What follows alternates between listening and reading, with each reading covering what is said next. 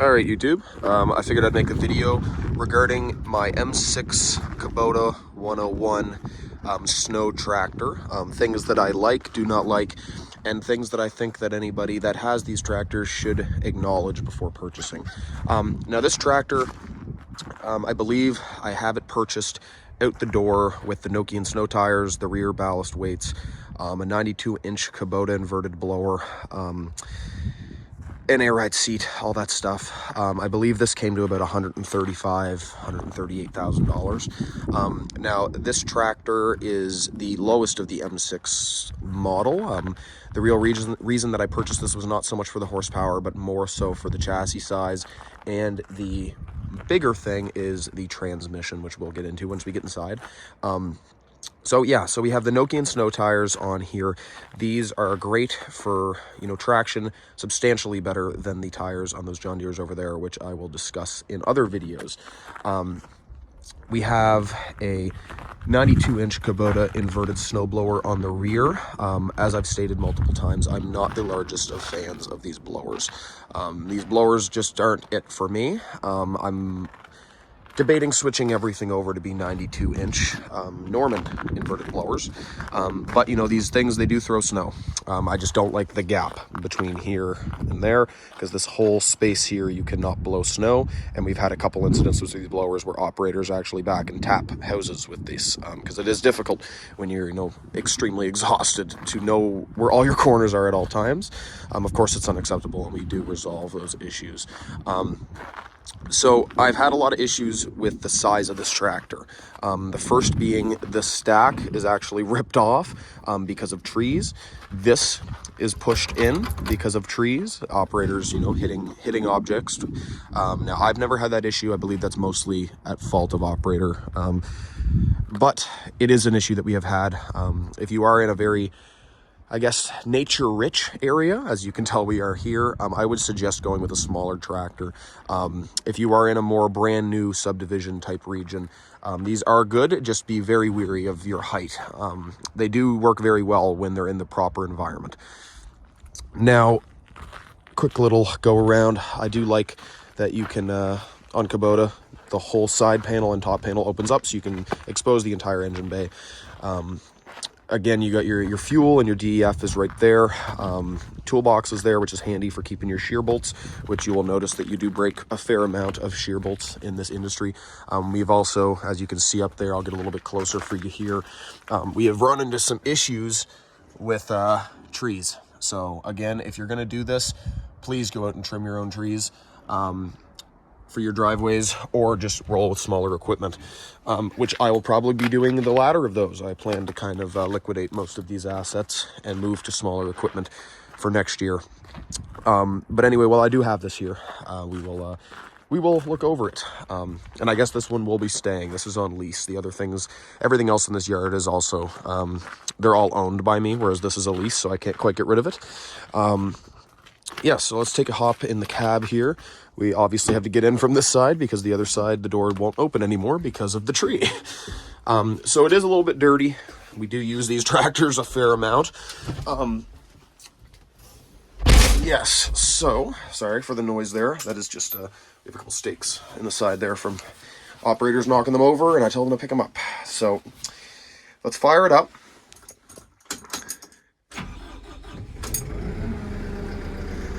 Okay, so let's go over this. So obviously the first thing that I really enjoy about these tractors, say hi to me, is the size of the cab. This cab is very spacious, a lot of room. As Stepbrother says, lots of room for activities. It's a nice tractor. Overall, it's enough for the job. Compared to a John Deere tractor, I do agree with most people's statements that you are only paying for paint. This tractor is more than capable of completing the same jobs in the same amount of time as a 6 Series John Deere would be. The first thing you will notice, however, will be the top speed. This tractor is actually the slower end of transmissions. We can only get this thing up to, I want to say, about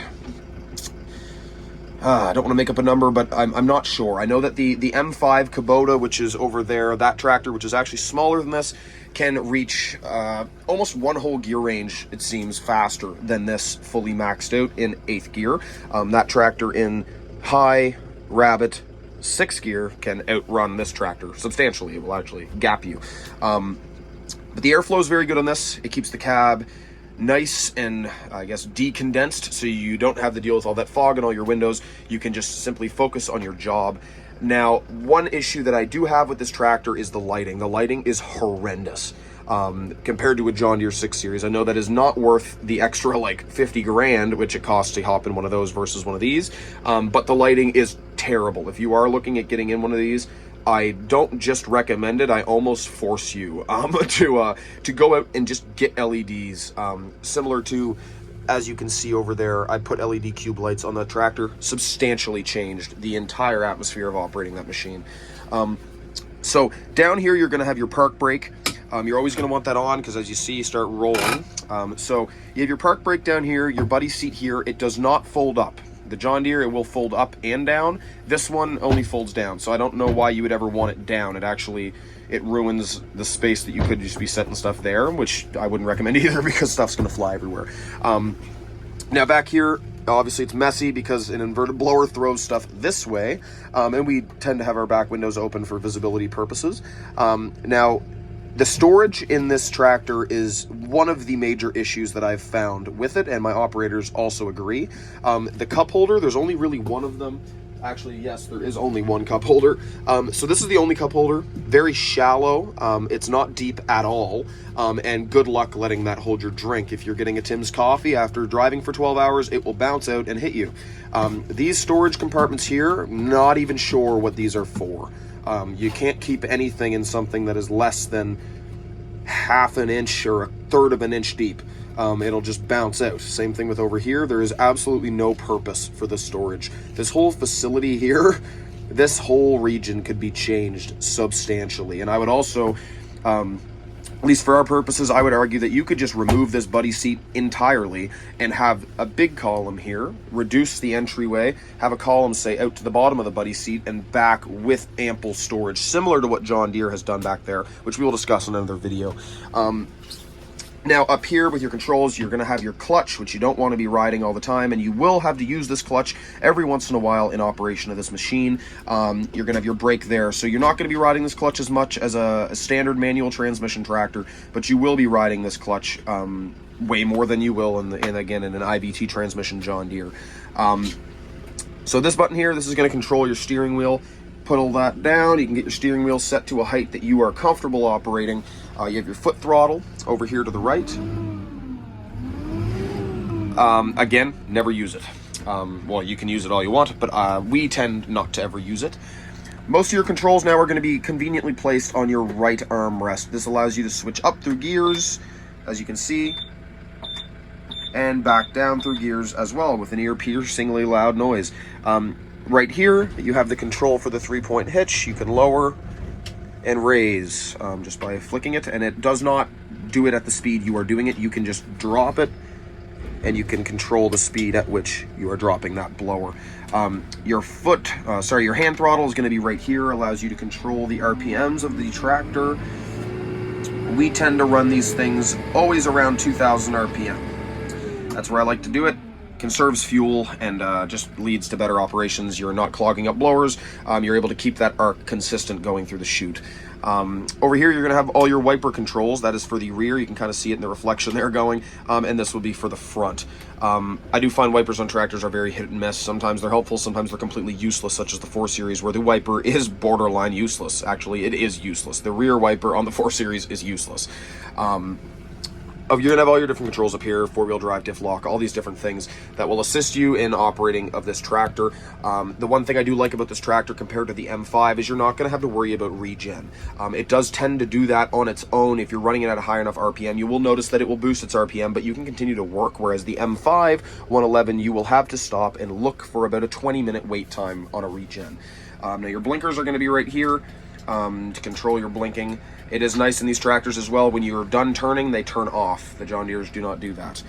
So this is a forward power reverse shuttle shift tractor.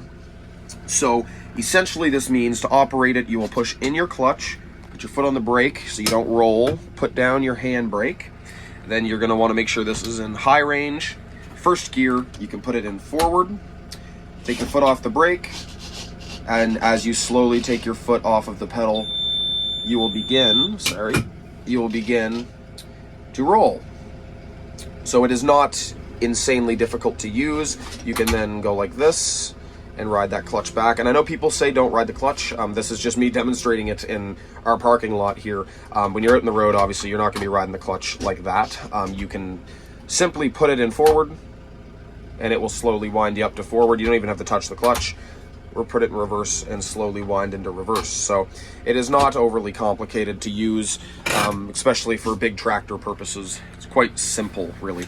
You have a very small display here. I've never used that. You can cycle through settings and whatnot there. You're gonna have a high, medium, and low range with neutrals in between, which is nice, so you don't gotta cycle all the way through multiple gears to reach neutral. It is also good if you're rolling, instead of burning the transmission out of the tractor and you accidentally decide to go like this. Generally, this would be medium, but no, it's neutral. So you're actually safe in that regard.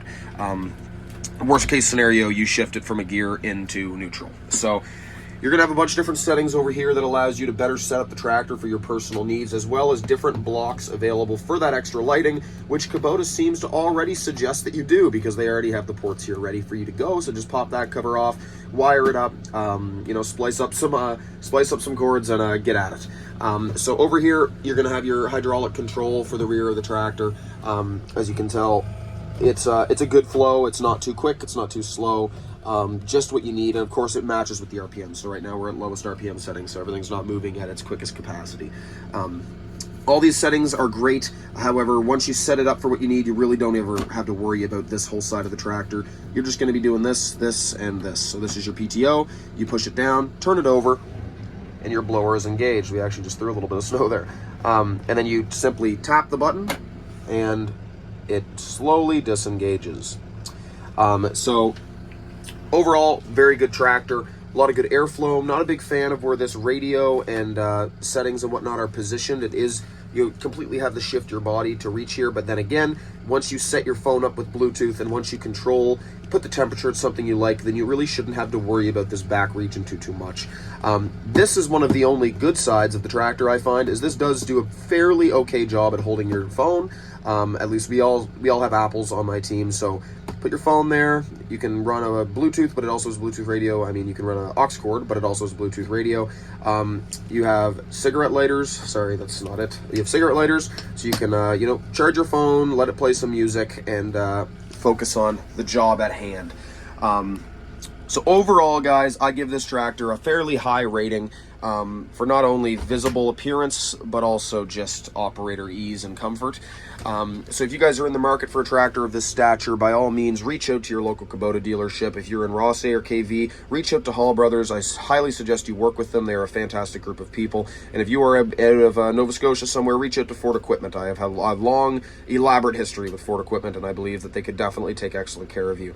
So yes, if you guys are enjoying these videos, please leave a like, comment, and I'd be happy to show you guys more around these beautiful tractors, which I am more than grateful to call mine. So thank you guys for watching. Till the next video, stick around if you want to see some of my other tractors on my fleet.